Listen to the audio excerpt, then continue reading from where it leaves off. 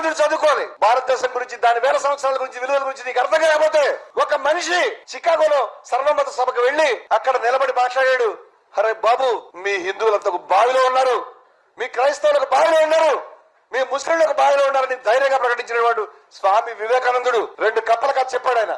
దిగ్భ్రాంతికరం ఆ కథ. ఎంత ఆశ్చర్యం, ఎంత దార్శనికత మహానుభావుడు.